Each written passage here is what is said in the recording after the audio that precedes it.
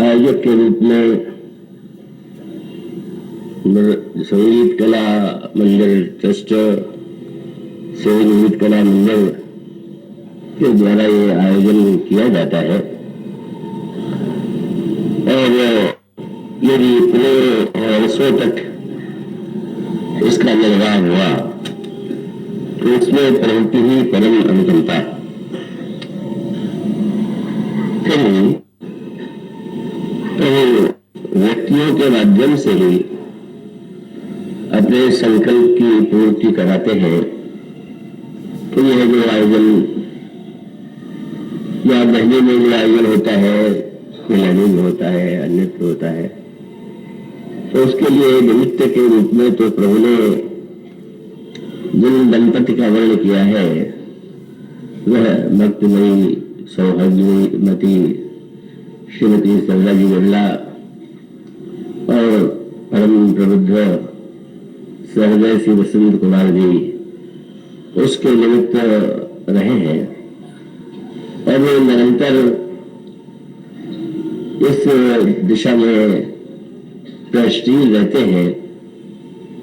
और मैं कहाँ हूँ, किस स्थिति में हूँ, और उसके लिए उनके द्वारा जितनी सेवा की जाती है और उसकी प्रशंसा करना विशेष रूप से जब वो सामने हो तो शायद उचित नहीं है। पर ये दंपति सचमुच श्रद्धा और भावना से ओतप्रोत है। इनकी निष्ठा ही अनेक कार्यक्रमों के मूल में विद्यमान रहती है। तो इनके लिए मैं बहुत बहुत हार्दिक मंगल कामना और प्रभु से प्रार्थना करता हूँ। अभी आपके समक्ष श्री रमनलाल जी बिलानी ने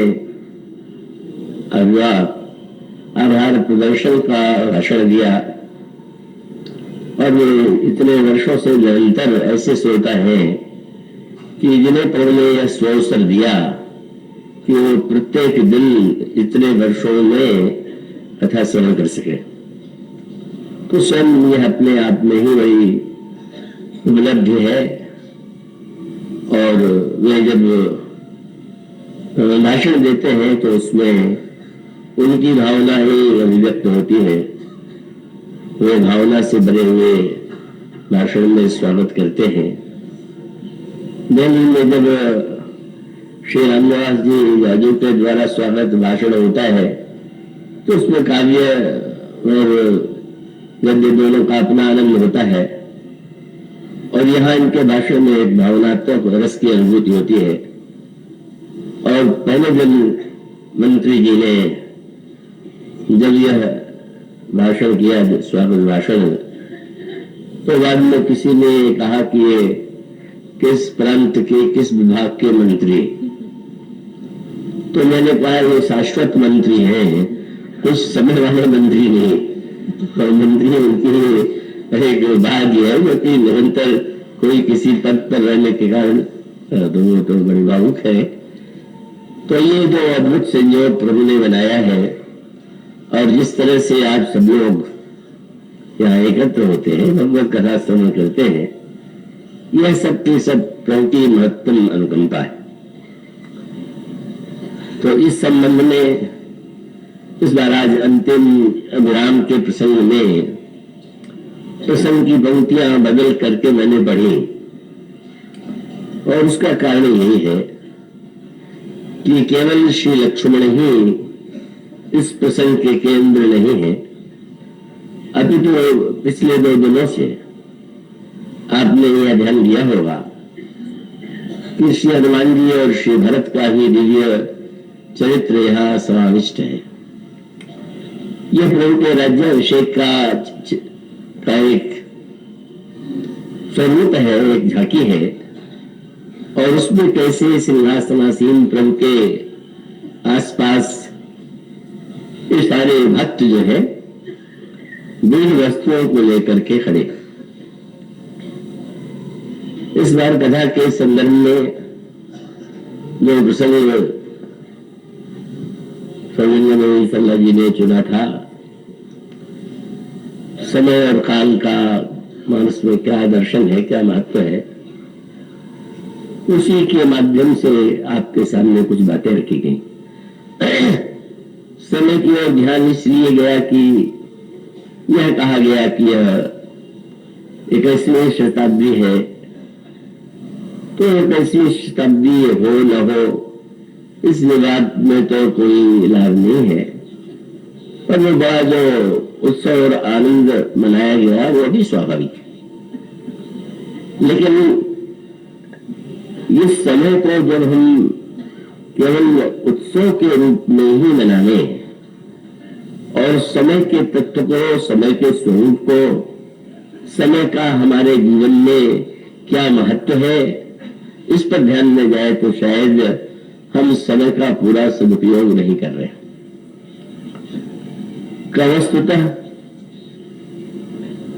ये जो पात्र है जिनके संदर्भ से आपके सामने कुछ बातें रखी जाएंगी, उसका प्रथम जो उसकी भूमिका हम कहें तो ये कहना उचित होगा कि वस्तुतः यह जो भगवान श्री राम का जो चरित्र है और उसमें भगवान ने जो उपदेश दिए और उपदेश भी उन्होंने अपनी प्रजा को दिया और प्रजा को उपदेश देते हुए उन्होंने कहा, आपके सामने समय कितना बलवान है, काल कितना शक्तिशाली है, क्या इसकी चर्चा की जाती रही है? पर इसका यह अर्थ नहीं है कि समय की प्रबलता को ही हम हर बात के सामने प्रस्तुत करके कहें कि वे मेरा क्या है, तो सब समय की बात है। और बल्कि तो हम ऐसे समय में ही समय की दुहाई देते हैं जब हमसे कोई कार्य ऐसा होता है कि जो इतना सार्थक नहीं होता। पर भगवान श्री राम जो उपदेश देते हैं उसका एक महत्वपूर्ण सूत्र यह है कि काल के महत्व को समझने का तात्पर्य क्या है। और तब प्रभु ने जो सूत्र दिया यही है कि मनुष्य को यह विचारना चाहिए, देखना चाहिए कि ईश्वर ने उसे क्या क्या दिया। और तब उसकी पंक्ति यहीं से प्रारंभ होती है जहां तुम कहते हैं कबहु ककरी करुणा नर देही, देत ईश जिन हेतु सनेही। ईश्वर ने एक अवसर दिया है व्यक्ति को मनुष्य का शरीर दे करके, और ऐसी स्थिति में उसको भगवान ने जो प्रदान किया है उसका कर्तव्य यही है कि जो ईश्वर के द्वारा मिला है उसका सदुपयोग करें। अगर ईश्वर के द्वारा जो हमें मिला है और उसके महत्व को न समझ करके, उसका सदुपयोग न करके यदि हम ईश्वर को दोष दें, काल को दोष दें, तो भगवान श्री राम ने कहा किया तो बहुत ही आत्मघाती दृष्टिकोण है। वो चौपाइयां जिसमें भगवान श्री राम कहते हैं कि देख विचार करके कि मनुष्य का शरीर तो मानो एक नौका के समान है, बड़े नौका की तरह, और उसमें गुरु वालों कर्णधार है। और उन्होंने कहा कि मेरी कृपा जो है वह वायु। तो जैसे नदी से यात्रा करने वाला व्यक्ति कभी यात्रा करते हुए प्राचीन काल में यात्रा करते थे नाव चलाने वाले, तो वे देख लेते थे क्योंकि उस समय कपड़े की पाल से नौकाएं बढ़ाई जाती थी। तो उसका स्वाभाविक होता था कि जब वो हवा ऐसी दिशा में बह रही हो कि जिससे नाव की गति आगे की ओर अग्रसर है, तो उस समय ही वह पाल चढ़ा करके यात्रा करना चाहिए। भगवान ये कहते हैं कि वस्तुतः मेरी कृपा जो है वही अनुकूल वायु है। और फिर वे कहते हैं कि ऐसा शरीर जो ईश्वर के द्वारा मिला, ऐसा स्वस्वर यदि ईश्वर ने दिया और उसका हम सदुपयोग नहीं करते, तो भगवान का वाक्य समझने और पढ़ने योग्य है, जिसमें प्रभु कहते हैं कि जीवन तरई भव सागर नर समाज आस पाई सो कृत निंदक मंद मति आत्महन गति जाए। और भगवान का वाक्य है कि ऐसे अवसर का जब सदुपयोग न करके काल कर और ईश्वर पर वो दोष मर देता है तो इससे बढ़ करके अविवेक नहीं होगा। काल जौन यौन तरई भव सागर नर समाज अस्पाई के साथ भगवान कहते हैं का वस्तुतः काल कर्म ईश्वर को मिथ्या दोष दे करके व्यक्ति अगर अपने को बुलावा देता है तो व्यक्ति तो आत्मघाती है, उसने अपने जीवन का स्वयं विनाश किया। तो उसमें प्रभु जो शब्द कहते हैं महत्व का, उसमें काल का ही नाम लेते हैं। काल ही कर्म ही ईश्वर ही मिथ्या दोष लगाए। तो प्रभु का तात्पर्य यह था कि काल का जो स्वरूप है, काल की जो महिमा है, काल हमारे लिए संदेश है, उपदेश है, प्रेरणा है और हमें उसका सदुपयोग करना चाहिए। और इस संदर्भ में आप मानस के जो दो पक्ष हैं, एक और भगवान श्री राम और दूसरी ओर रावण। रावण की निंदा हम क्यों करते हैं? रावण की सामर्थ्य को, रावण के ऐश्वर्य को, रावण की जो विजय गाथाएं हैं, उनको जब आप पढ़ते हैं तो कौन ऐसा व्यक्ति होगा कि जो आश्चर्यचकित न रह जाए। पर ऐसा होते हुए भी रावण निंदा का पात्र क्यों? और उसका उत्तर ये है कि जो कुछ उसे ईश्वर की ओर से मिला उसको उसने अपने ही पुरुषार्थ का परिणाम मान लिया और मान ही लिया नहीं लिया, उसका निरंतर दुरुपयोग किया। इस संदर्भ में भी उसी सूत्र की ओर जब श्री हनुमान जी औषधि लेने के लिए जा रहे हैं, क्योंकि श्री लक्ष्मण जी मूर्छित है, मृत्यु शैया पर पड़े हुए हैं और सुखेल वैद्य का कथन है कि औषधि जो है सूर्योदय से पहले आनी चाहिए। तो आप क्या पढ़ते हैं?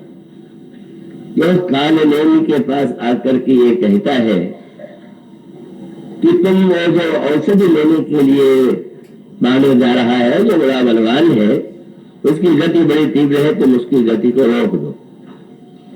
तो अगर कोई व्यक्ति अपनी काल की क्षमता हो, रावण का सेवक काल नहीं है, और ये अगर देखें तो बहुत अंशों में कभी कभी ये लगता है कि रावण तो काल का विजेता है, सारी प्रकृति सारे देवता उसके अधीन है।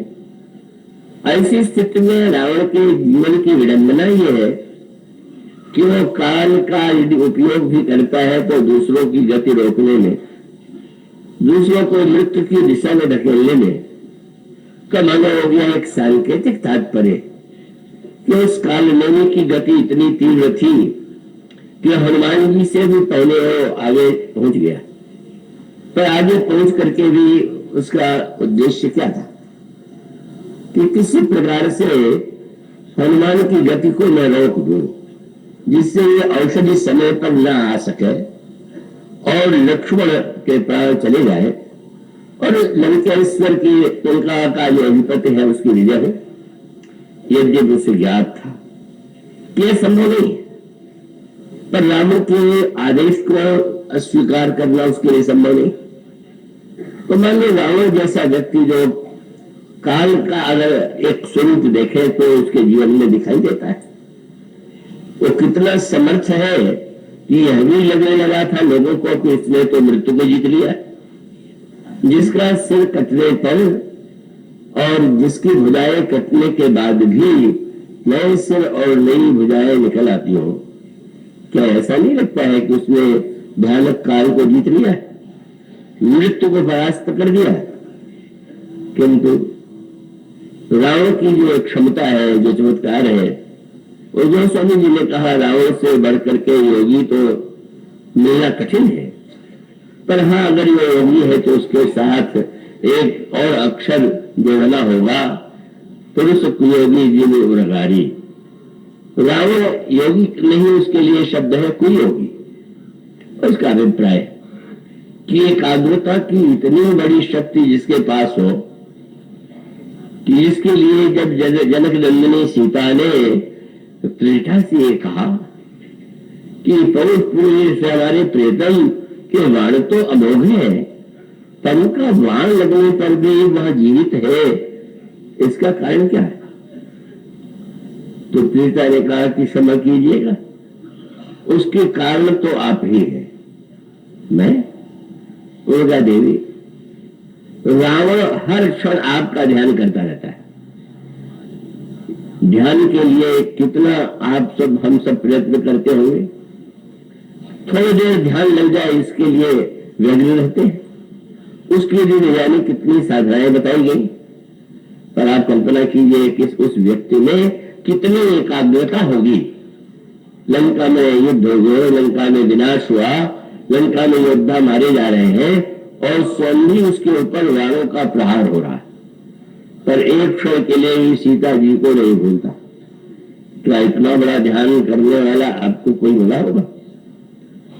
मच्छर काट ले, मक्खी काट ले तो ध्यान टूट जाता है, और इतने बड़े बड़े पत्थर पहाड़ अस्त्र के द्वारा भी क्या उसकी एकाग्रता भंग नहीं होती? यह उसके जीवन की योग शक्ति का पंचायत। पर दुर्भाग्य क्या? दुर्भाग्य यही है कि वो जीवित रह करके क्या कर रहा? और उसका उत्तर ही कि जीवित रह करके वो दूसरों को मृत्यु की दिशा में ढकेल रहा है, अधिक से अधिक लोगों का वध कर रहा है। मानो उसकी अमरता दूसरों के लिए अभिशाप है।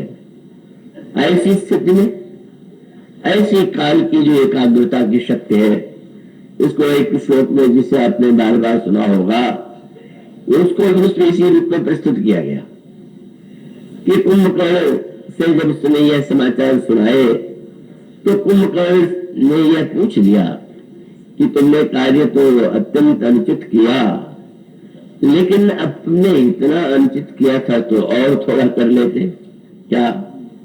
तो तुम तो चाहे जो रूप बना सकते हो, तुमने एकाग्रता इतनी है कि जो संकल्प कर लेते हो वही तुम्हारा शरीर और स्वरूप बन जाता है।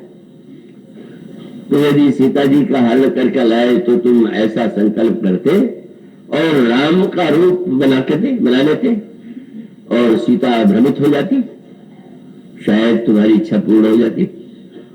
पर संस्कृत श्लोक में यही कहा गया कि रावण ने कहा कि हाँ, मैंने भी सोचा, मैंने भी प्रयास किया, लेकिन क्या बताने?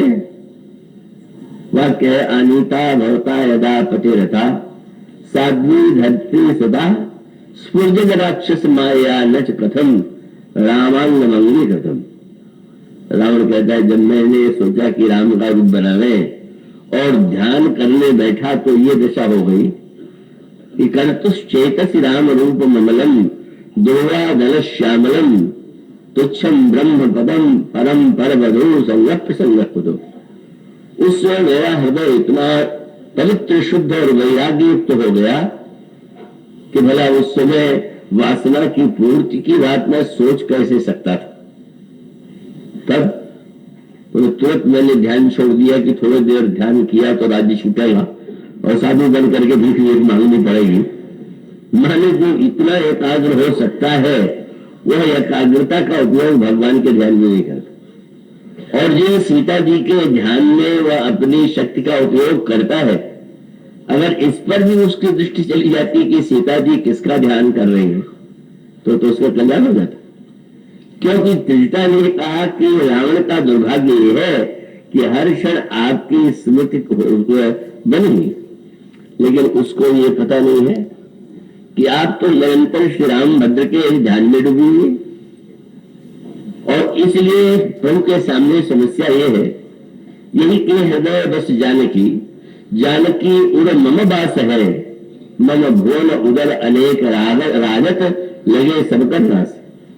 अगर मैं रावण पर बाण चला दूंगा तो संसार का विनाश हो जाएगा। अब कल्पना कीजिए, जिसमें इतनी क्षमता हो, इतनी एकाग्रता हो, इतनी सामर्थ्य हो, भगवान राम को ही यह सोचना पड़ता हो कि कहीं विश्व का विनाश तो नहीं हो जाएगा रावण के विनाश के साथ साथ। उस पर बहुत इस व्याख्या करने का अवसर नहीं, पर कितनी बढ़िया बात आती है। उपदेश किया जाता है शास्त्रों में, एकाग्र बनिए, ध्यान कीजिए। आजकल तो लोगों को ध्यान का एक फैशन सा भी बन गया है, लेकिन यह जो एकाग्रचित्त इतना ध्यान योगी रावण है, सीता जी ने पूछा कि फिर तो इसका विनाश हो गई नहीं, तो उन्होंने यही कहा कि जब तक इसकी एकाग्रता भंग नहीं होगी तब तक उसका विनाश नहीं होगा।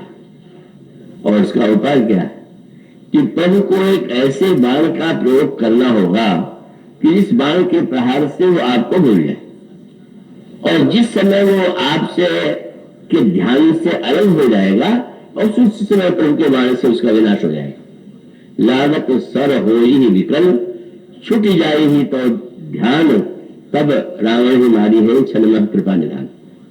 तो इसका अभिप्राय है कि वह व्यक्ति कितना बड़ा योगी, कितना एकाग्रता की शक्ति उसने पाई, किस तरह से लगा कि उसने काल को परास्त कर लिया है, पर सबका उपयोग क्या है। रावण का चरित्र माने जिसने सब कुछ पाया और सब कुछ पाने के बाद भी सबका दुरुपयोग नहीं किया। अगर 10 सिर मिले तो दुरुपयोग, शरीर मिला, शक्ति मिली, सामर्थ्य मिली, ऐश्वर्य मिला, सब कुछ जब रावण के द्वारा उसका दुरुपयोग होता है तो हम उसको निंदा के निंदक के रूप में देखते हैं। और इसका अभिप्राय हम सबके लिए चेतावनी कि जो हमें मिला है उसका हम सदुपयोग कर रहे हैं कि नहीं कर रहे हैं, या रावण के समान कहीं दुरुपयोग तो नहीं कर रहे हैं। तो रावण भी हमारा आदर्श नहीं हो सकता और कुंभकर्ण भी नहीं हो सकता। क्यों? रावण ने जब कुंभकर्ण को जगाया, क्योंकि वो तो घर ही नहीं द्वेष हो रहा था, सब महीने सोता रहता है, तो उस समय नारद जिस समय रावण को कुंभकर्ण उपदेश देने लगा तो बड़े आश्चर्य से रावण ने कुंभकर्ण की ओर देखा, अरे तुम तो वही काम करते हो, या तो खाते हो या सोते हो, 6 महीने सोते हो, 1 दिन जगते हो, ये इतनी ऊंची बातें तुम कैसे सुना रहे हो। तो उसने बताया कि नहीं, जिस समय मैं जाग रहा था उसी समय नारद जी आ गए और उन्होंने मुझसे कहा कि मैं थोड़ा तुम्हें उपदेश देना चाहता हूं, तो मैंने सुन लिया। नारद मुनि ज्ञान जो कहा, अच्छा, लेकिन वही समस्या कि जिनके पास समय है वो समय का दुरुपयोग करते हुए वस्तु का दुरुपयोग करते हुए दिखाई दे रहे हैं, और कुछ लोग कुंभकर्ण की तरह आलस्य का प्रयोग करते हुए क्या कहते हैं, कहते हुए तो ही समय निर्वाह, मतलब सो गया, सुन करके समय बीत गया। जिनको समय ही नहीं मिलता है कि क्या बताना, समय ही नहीं मिलता। अगर आप सब भी उसी वाक्य का प्रयोग करते हो कि आपको जो सुनी हुई बातें हैं उसको जीवन में उतारने का समय नहीं मिलता, तो आप कुंभकर्ण के अनुगामी होंगे, और यदि जो मिला है उसका दुरुपयोग करते हैं तो रावण का अनुगमन। न हमारा आदर्श रावण है और न तो कुंभकर्ण है।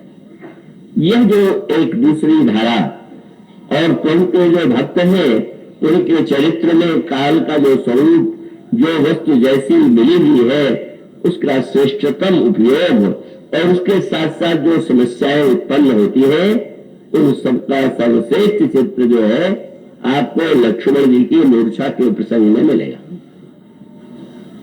लक्ष्मण जी सर्वत्यागी, पर सर्वत्यागी कहे कि उन्होंने सर्व को सही अर्थों में पा लिया है, और उसका अभिप्राय है कि प्रभु के प्रति उनका इतना समर्पित जीवन है कि वो व्यवहारिक अर्थों में देखें तो अपनी पत्नी उर्मिला से भी अलग होकर के, राज्य से अलग होकर के प्रभु श्री रामभद्र के साथ निरंतर यात्रा कर रहे हैं, और समस्त परिस्थितियों में वे भगवान श्री राम का अनुगमन करते हुए दिखाई दे रहे हैं। और उसके दूसरे अर्थों में जैसा कि आपके सामने कहा गया कि लक्ष्मण जी आध्यात्मिक अर्थों में काल के ही प्रतीक है, शेष सहस्त्र जब काल, तो काल जो है वो निरंतर प्रभु के साथ है, काल निरंतर प्रभु का अनुगमन करता है, और वह काल प्रत्येक परिस्थिति में दुख में, सुख में, हास्य में, रुदन में, सर्वत्र ही तो प्रभु के समक्ष लक्ष्मण जी की भूमिका आपके सामने आती। अब उस संदर्भ में जो सूत्र आते हैं संक्षेप में उस पर थोड़ा अपना जाया कृष्ण कर दे। समय, और समय के साथ जब हम भगवान शेष जिनके विषय में हमारी पौराणिक मान्यता है कि सारे पृथ्वी को उन्होंने सिर पर धारण कर रखा है, तो ये कितना बड़ा सूत्र है। हम सब आपके सिर पर कुछ न कुछ भार होता है। किसी के सिर पर परिवार का भार है, किसी के प्रति जाति का, देश का, समाज का। प्रत्येक व्यक्ति ऐसा नहीं करता है कि मुझे अति है, उसका क्या समाधान। और तब लक्ष्मण जी के चरित्र में उसका समाधान आपको प्राप्त होगा।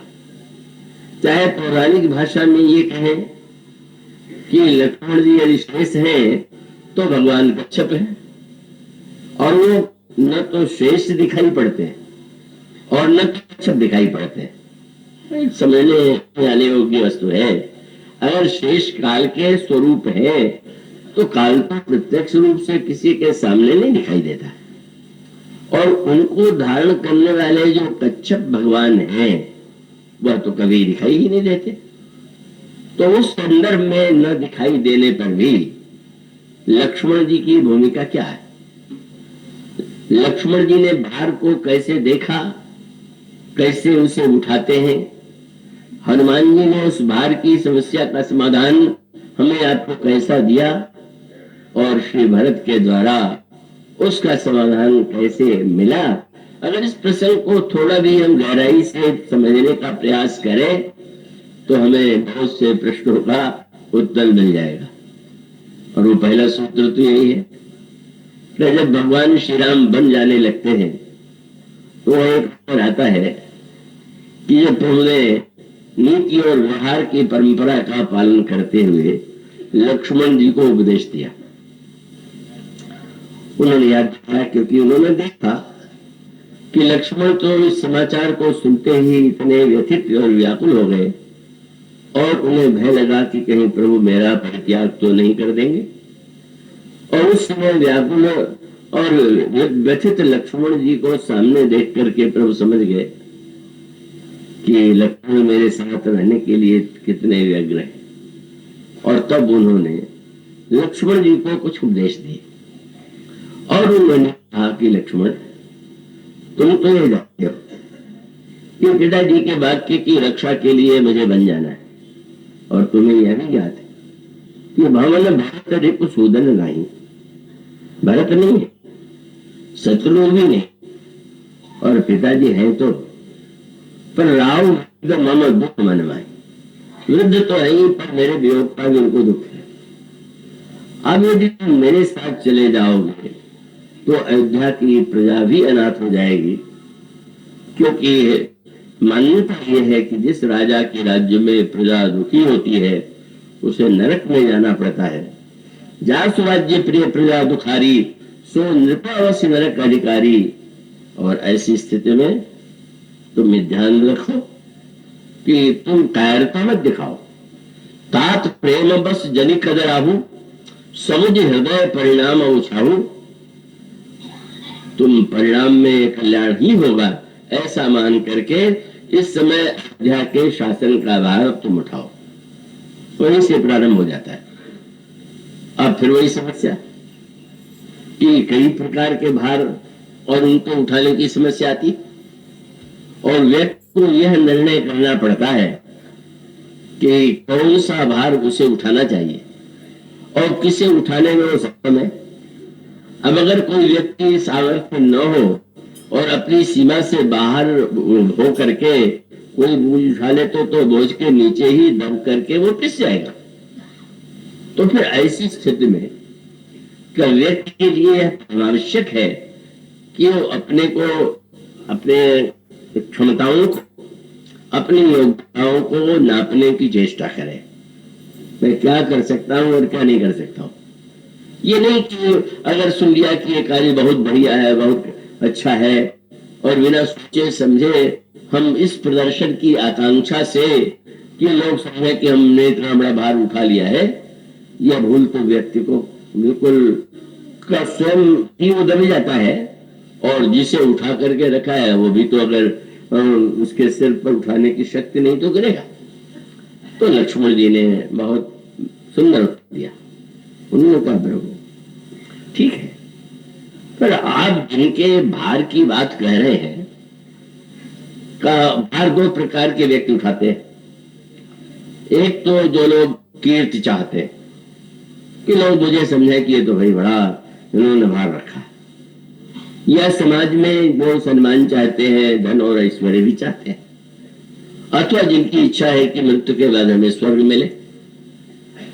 तो ये आपने जो उपदेश दिया वो तो उन लोगों के लिए परम कल्याणकारी है कि धर्म नीति उपदेशीयता ही कीरति सुगति भूति प्रिय जाही।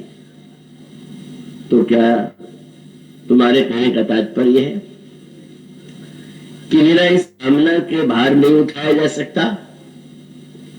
और तब श्री लक्ष्मण जी को भरत जी का स्मरण आया और उन्होंने कहा कि नहीं प्रभु, आप तो लीला में चिंतित दिखाई दे रहे हैं, पर आप तो जानते हैं कि एक ऐसे महापुरुष आपके छोटे भाई के रूप में है कि वो इस भार को उठा सकते हैं। शब्द उनका यही था कि नरवर धीर धर्म धुरधारी निगम नेति के ते अधिकारी, उनके लिए उपयुक्त है। तो तुम भाग रहे हो भार से, तुम तो शेष और शेष के रूप में का जो इतना भार उठाए हुए है वो एक राज्य का भार नहीं उठा रहा है।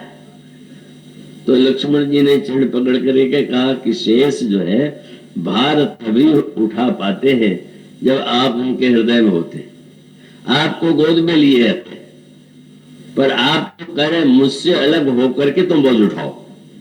तो महाराज कैसे मैं उठा पाऊंगा, क्योंकि मैं जानता हूं कि जो बोझ उठाने का कार्य है लोग ये देख रहे हैं कि मैं उठाए रहता हूं, पर सत्य तो ये नहीं।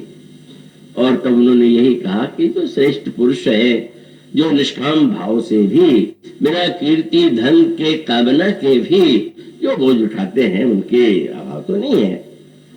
और लेकिन मैं, मेरी क्षमताएं आप समझ लीजिए। क्या बोले? मैं शिशु प्रभु स्नेह प्रतिपाला। महाराज हंस की प्रशंसा किसी ने सुनी कि हंस जो है वो तो बड़ा बहुत ही श्रेष्ठ पक्षी है, पक्षियों में सर्वश्रेष्ठ है।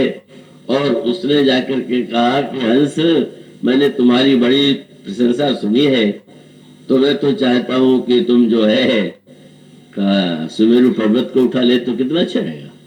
तुम मोटी तो चुभते हो, सुमेरु पर्वत को उठा लो। क्या प्रभु हंस की जो परीक्षा है वो बोझ उठाने में है क्या? उन्होंने कहा मैं शिशु प्रभु स्नेह प्रतिपाला मंदर मेरु के ले बराला। मैं तो आपके स्नेह के द्वारा पालित बालक हूं, और भला मैं इस भार को कैसे उठा सकता हूं। मैंने सूत्र बड़े महत्व का है कि बहुत बार लोग ऐसा भार उठा लेते हैं, ऐसा कार्य अपने लिए कर लेते हैं जो उनके बस का नहीं, अपने लिए भी और दूसरों के लिए भी समस्या बन जाते। लक्ष्मण जी बड़े सहना, नहीं प्रभु वो योग्यता श्री भरत में है, मुझ में नहीं। मैं आपके साथ ही रह करके आपकी सेवा करूं, इससे बढ़कर के मेरे लिए सौभाग्य नहीं होगा। तो मानो पहला सूत्र तो यही है कि पहले तो हम ये समझ लें कि हमें ईश्वर ने जो कुछ दिया है उसमें कौन सी योग्यता है कि जिसका हमें उपयोग करना चाहिए। तो बहुधा लोग जब दिखावे के लिए या प्रशंसा सुनने के लिए अपने सीमाओं को न समझ करके व्यर्थ का बोझ उठा लेते हैं तो वो कोई न्याय नहीं कर पाते। पर इतना होते हुए आप जानते श्री लक्ष्मण जी ने तो भले ही अयोध्या के राज्य का भार नहीं उठाया, पर सेवा का जो भार है वह तो सेवा का भार तो रामायण में कहा गया हर गिरते गुरु सेवक धर्म। कैलाश पर्वत और सुमेर को उठाना सरल है, सेवा धर्म का भार उठाना सरल नहीं।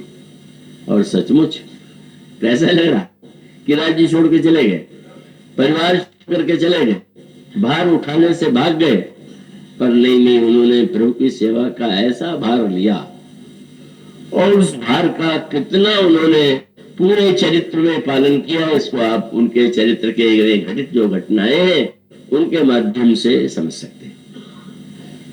और उसके बाद श्री भरत आते हैं।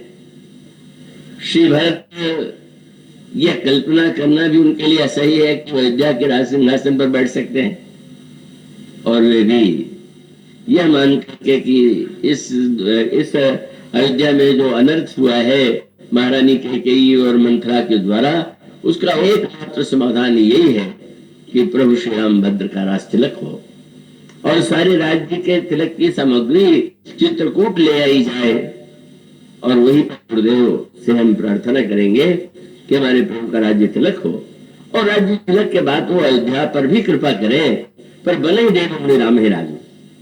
श्री भरत की ऐसी अद्भुत भावना, और अयोध्या कांड का प्रसंग तो इतना अद्भुत है कि क्या नहीं है, वो तो अद्भुत है, अनुपम है।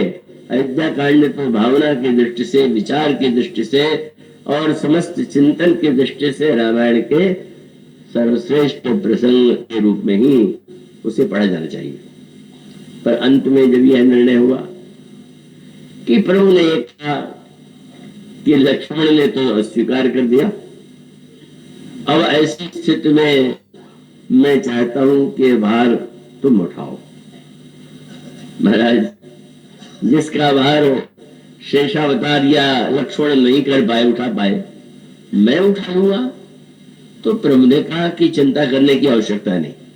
मानो भार उठाने की क्या पद्धति है, साधनात्मक इसका संकेत आपको मिलेगा। प्रभु ने कहा, भरत, हम और तुम अपने को उन्होंने और जोड़ लिया। क्या तुम समझते हो कि मैं बड़ा बोझ उठाने वाला हूं? वो कुछ नहीं। और सत्य तो यह शब्द उन्होंने कहा कि जो भार तुम्हें दिखाई दे रहा है वो गुरुपद हृदय लाग छड़ बारू। गुरुदेव की अगर चरण की कृपा हो जाए तो बोझ जो है वो एक धूल का कण हो जाएगा। एक महान सूत्र है कि अगर व्यक्ति अपने भार को गुरु के चरणों का, गुरु पद रजही लागी छड़ भारू, तो इसका सांकेतिक तात्पर्य क्या है? आप जब अपने गुरुजनों को प्रणाम करते हैं तो आप अपना सिर उनके चरण पर रख देते हैं, और उसका क्या उद्देश्य होता है? जब आप सिर जो पर बोझ लिए हुए होंगे तो सिर ऊपर उठा हुआ होगा, पर आप जब झुका देंगे, प्रणाम करेंगे तो ऊपर वाला बोझ तो नीचे आ ही जाएगा। तो जो लोग बहुत अपने को बोझ उठाने वाला मानते हैं, उनका सिर बहुत अकड़ा रहता है। उनको लगता है कि मैंने सब उठा रखा है और जरा सा झुका तो सब कुछ नष्ट हो जाएगा। रावण पर तुलसीदास जी ने यही व्यंग्य किया। और एक पक्षी का उन्होंने दृष्टांत दिया। एक पक्षी टिटरी होता है और वो उसका अनोखा एक स्वभाव है कि रात्रि के समय जैसे हम और आप पैर फैला कर सोते हैं वैसे उन्हें वो पैर ऊपर उठा लेता है।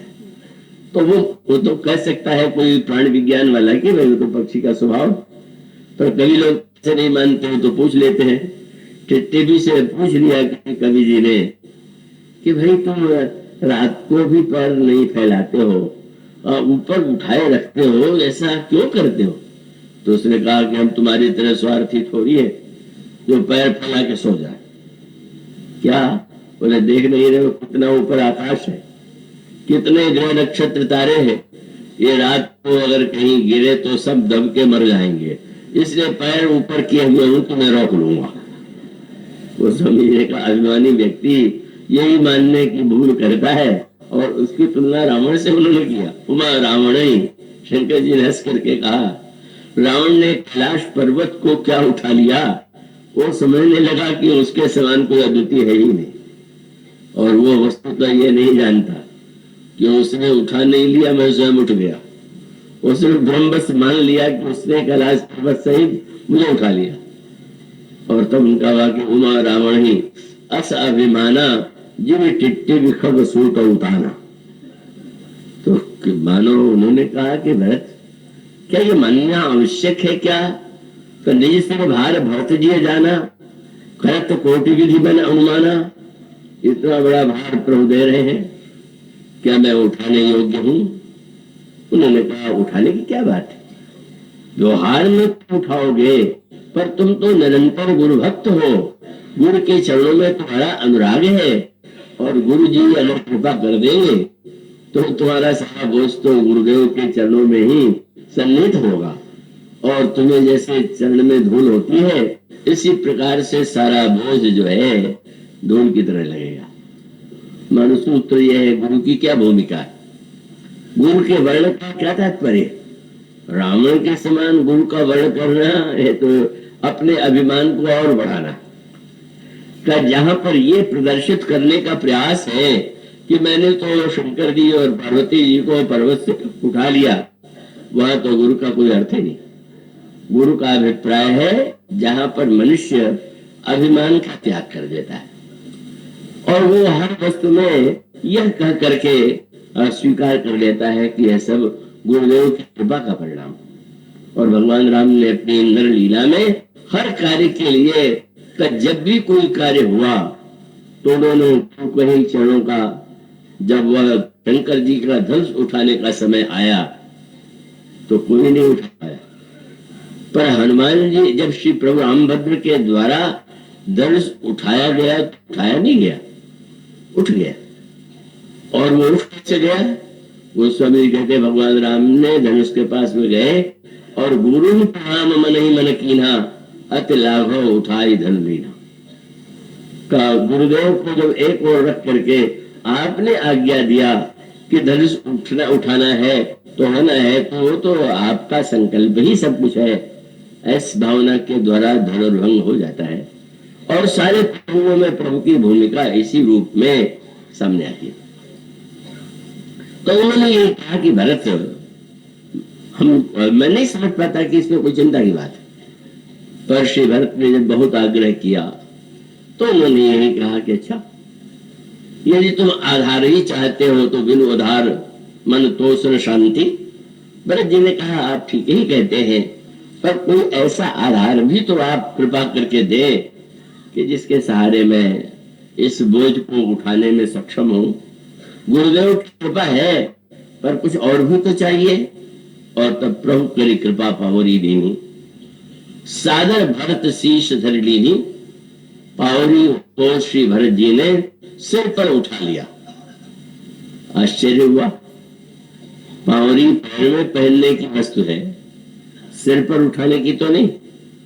पर श्री भरत को लगा कि प्रभु ने तो बोझ का सारा रहस्य ही प्रकट कर दिया, और वो रहस्य ये है कि हम और आप आए होंगे कोई न कोई पादत्राण पहन के, पादुका पहन करके, और हमारे आप सबके शरीर का भार कितना है, और उसके तुलना में पादुका या जो चप्पल या जूता है वो कितना छोटा है। पर जब आप बिना किसी संकोच के उस पर अपना सारा बोझ डाल देते हैं तो आपको ये चिंता नहीं होती ये छोटा सा पादत्राण मेरे इतने बड़े शरीर को कैसे उठाएगा। पर अगर पादत्राण से आप पूछ दें कि भाई तुम मेरे बोझ से दब तो नहीं रहे हो, तुम्हें कष्ट तो नहीं हो रहा, तो पादुका का उत्तर यही होगा कि मुझे कष्ट क्यों होगा।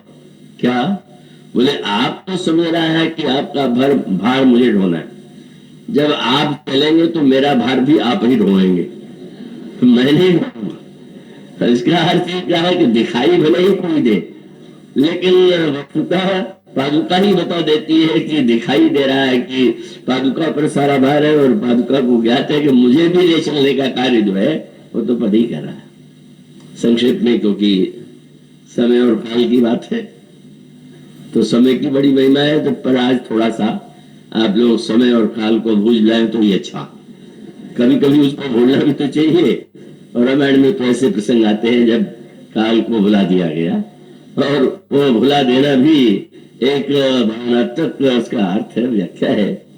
यहाँ पर भी महान भार उठाने वाले श्री हनुमान जी, जिन्होंने लक्ष्मण जी को उठा लिया, क्या जिन्होंने सुखदेव वैद्य को भवन सहित उठा लिया, और जिन पर इतना बड़ा भार है कि द्रोणाचार्य पर्वत से जाकर के औषधि ले आने का ऐसा कठिन भार है, पर वो काल की गति से भी, या तो काल को स्वीकार कीजिए या इतनी आप में सामर्थ्य हो तो काल की गति से आगे निकल जाइए। हनुमान जी में वह सामर्थ्य है और काल नेमी के प्रसंग की व्याख्या का अवसर नहीं है, पर वो रावण के द्वारा जो काल महाकाल की गति को अवरुद्ध करने की चेष्टा की गई उसमें काल नेमी मारा जाता है। श्री हनुमान जी महाराज का जिस समय द्रोणाचार्य पर्वत पर जाते हैं, एक नई बात कि जाना नाम न औषध चिन्हा। हनुमान जी हवा का नाम तो जानते थे पर पहचान नहीं पाए। ये रामायण की दार्शनिक और सांकेतिक भाषा है। हनुमान जी ऐसी जिसकी दृष्टि इतनी सूक्ष्म हो वो दवा को न पहचान पावे, पर वो आगे की जो लीला है उसकी भूमिका बना रहे थे। और कैसा खेल रच दिया, जब वे औषध लेकर के वापस आने लगे तो औषध न पहचानने पर उन्होंने सोचा क्या करें, तो उन्होंने पूरे पर्वत को ही उठा लिया। सहसा कभी बाहर पर्वत को ही गिर लिया।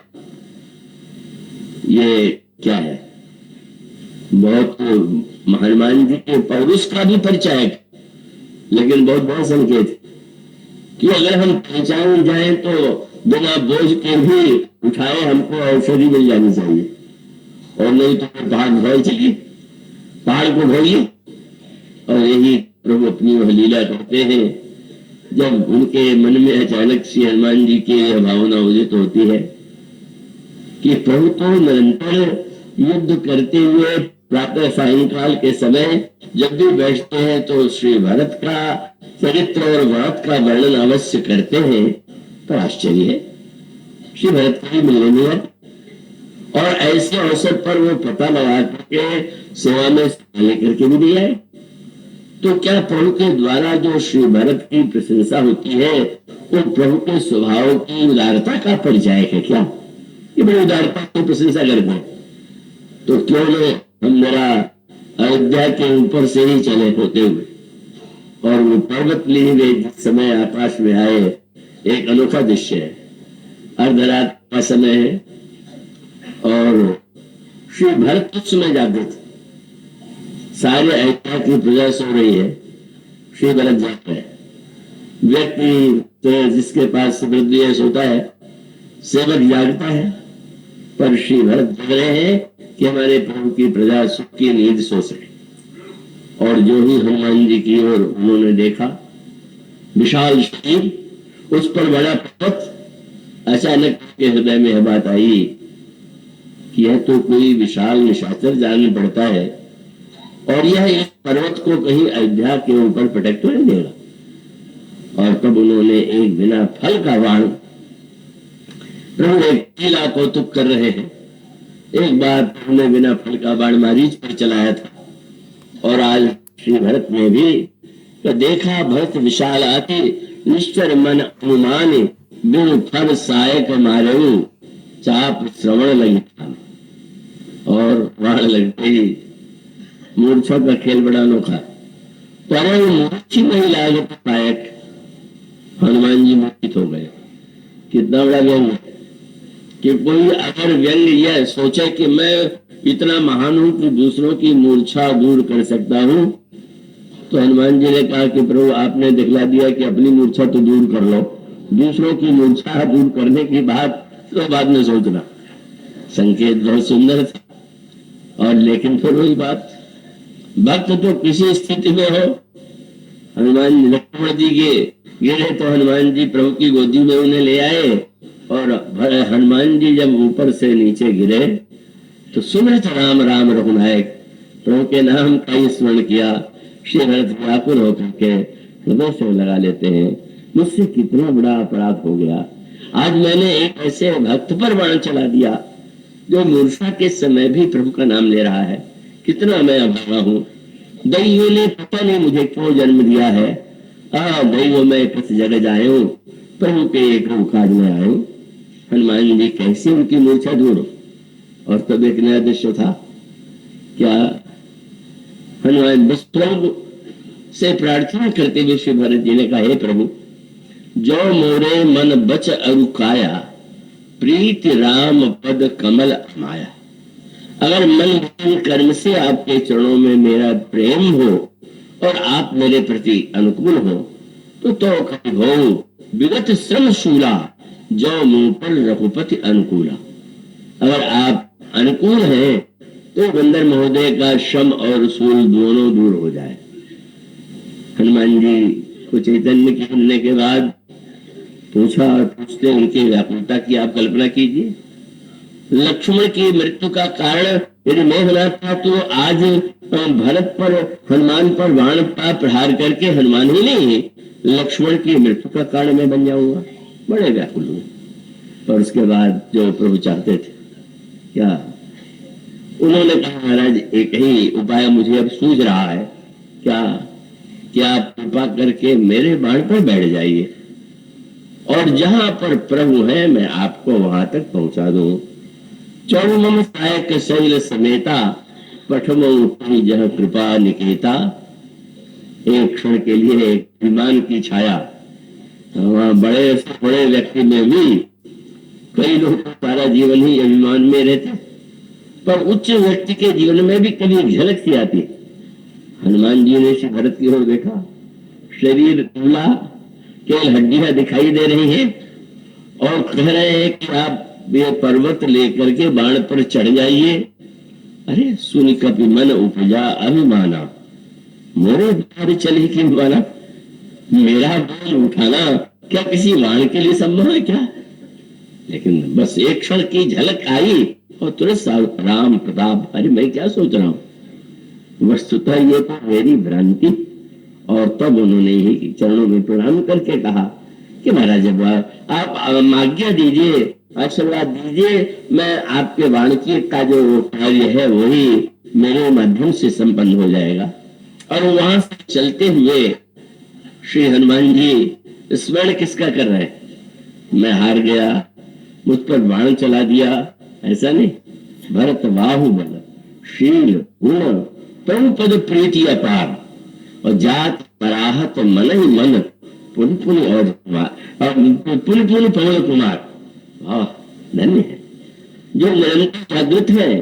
दूर हमको लगता था पर यहाँ भी प्रभु की सेवा में संलग्न है।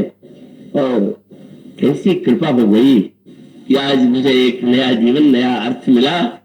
औषधि आती है, प्रभु ने आपके द्वारा लक्ष्मण के प्रति अपना प्रेम भी प्रकट कर दिया। औषधि आई, लक्ष्मण जी की मूर्छा दूर हो गई। प्रभु ने पुनः हनुमान जी को हृदय से लगा लिया। पर एकांत में कभी प्रभु ने पूछा कि भरत ने तुम जैसे महान सेवक पर बाण चला दिया, लगता है भरत को भ्रम हो गया होगा, तभी तो मार दिया तुम्हारे ऊपर। हनुमान जी तो प्रभु के लीला को जानते। हनुमान जी ने कहा, प्रभु भ्रम भरत जी को नहीं हो गया, मेरा भ्रम दूर हो गया। क्या कि बाण लगने पर अगर मैं ये समझ बैठा था कि पर्वत मैं उठाए हुए हूं तो मैं गिरा तो पर्वत भी गिरना चाहिए, पर पर्वत ऊपर रह गया तो मुझे पता चल गया कि उठाने वाला कोई और था, और वो तो मुझे लग रहा था देख के कि मैंने उठा रखा है। और प्रभु ने कहा, तो भरत के दर्शन से कैसा लगा? बोले, प्रभु पहले तो आपका दर्शन उनका करते ही भ्रम हो गया कि जब तक मैं दवा लेने गया रणजीत राम घर आए, प्रभु कहीं लंका युद्ध जीत करके तो नहीं आ गए। इतनी एक रूपता दिखाई पड़ी। और जो कुछ मैंने श्री भरत से पाया और वही भाग का तत्व था। और वो उन्होंने कहा, श्री भरत के दर्शन में तुम्हें किस आनंद की अनुभूति हुई? बोले, प्रभु जैसे 2 बाण मैंने भरत जी के पास पाए, आज तक मैंने न देखा था न सुना था। क्या मारने वाला बाण तो सुना था, पर भ्रम मिटाने वाला बाण, ये तो जिसके द्वारा दूसरे के हृदय में अभिमान हो, भ्रम हो, वो दूर हो जाए, वह बाण तो संत भरत में ही दिखाई पड़ा। और प्रभु ऐसा बाण जब उन्होंने कहा कि मेरे बाण पर बैठ जाओ, तुमने एक के लिगा मोरे भार, पर श्री भरत का शब्द रखा, भरत जी ने जब ये कहा तो ये शब्द कह दिया, पठवन तुझ कृपा निकेता। वो दिखाई देगा कि धनुष पर बाण मैं चला रहा हूं, पर वो कृपा निकेत प्रभु ही का। श्री भरत के पास कैसा अद्भुत बाण है।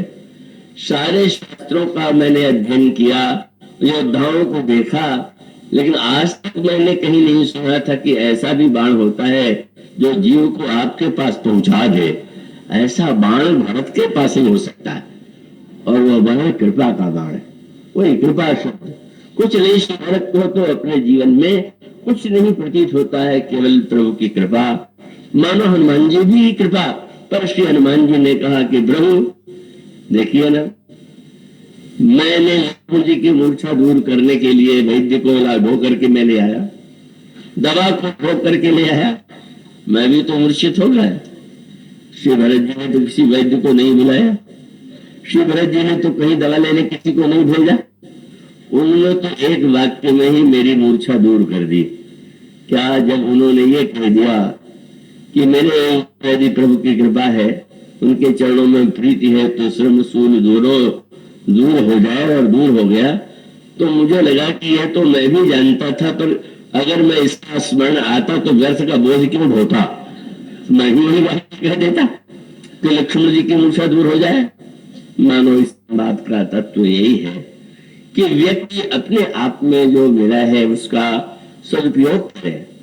काल आतंकित और भयभीत करने के लिए नहीं है, काल है, उसके साथ भय जुड़ा हुआ है, लेकिन काल और उस काल में जो हम पर भार है, आप पर भार है, उस सबको अपने भार को प्रभु का आदेश, प्रभु की कृपा, और प्रभु ही अपनी कृपा के द्वारा व्यक्ति को शक्ति देते हैं कि वह भार उठा सके। काल का यह पक्ष जहाँ पर इन तीन महान भक्तों और पात्रों के द्वारा व्यक्त हुआ, उनकी कथा आपके सामने सांकेतिक अर्थों में चल पाई, पर समय भाग रहा है। और एक सज्जन ने मुझसे कहा कि आप कुछ समय का कम ध्यान रखते आप कभी कभी, तो मैंने कहा कि आप भी तो समय का ध्यान कम ही रखते। क्यों? बोले कथा में तो आप समय देखते हैं, पर भगवान से मिलने का समय भी आपको ध्यान में आता है कि नहीं? तो वही तो एक समय की आवश्यकता है। सुग्रीव उस समय को भूल गए थे और हनुमान जी को याद दिलाना पड़ा, मत भूलिए। और उसका अभिप्राय है समय की बड़ी महिमा। पर उस समय की महिमा के साथ साथ हम जानते हैं कि समय से जो परे है वह तो प्रभु ही है। और उस जब जन्म हुआ तो एक मास का दिन हो गया। अब मान लीजिए 1.5 घंटे का आज 1 घंटा हो गया तो कोई बहुत नहीं हो गया, वो तो कम ही है और कम ही रहे। प्रभु के अनंत चरित्र को समय की सीमा में बांधना संभव नहीं है, पर उन्होंने अपने चरित्र के द्वारा, अपनी लीला के द्वारा, पात्रों के माध्यम से हम सबके लिए जो अपनी लीला का दिव्य आनंद और उपदेश प्रस्तुत किया, अगर हम उस पर ध्यान दे सके तो हमारा परम कल्याण होगा, हम सबका कल्याण होगा। पुनः आप लोगों के प्रति मंगल कामना। मैं 13 को जाऊंगा। जिन ने मुझसे पूछ दिया कि आप तो कथा के दूसरे दिन चले जाते थे। मैंने कहा कि 12 को हमारे श्री वसंत कुमार जी का जन्मदिन है और एक भक्त के जन्मदिन पर आशीर्वाद की मंगल कामना के लिए मैं रुक गया हूँ। तो अग्रिम आशीर्वाद आज ही, और आप सब लोगों के साथ जो प्रभु के कार्य की दिशा में संलग्न रहते हैं, उन्हें अधिकाधिक शक्ति सामर्थ्य और धीरे जीवन प्राप्त हो। जासु नाम भव भेषज हरण घोर त्रैशूल, सो कृपाल मोहितो पर रहो सदा अनुकूल से आप।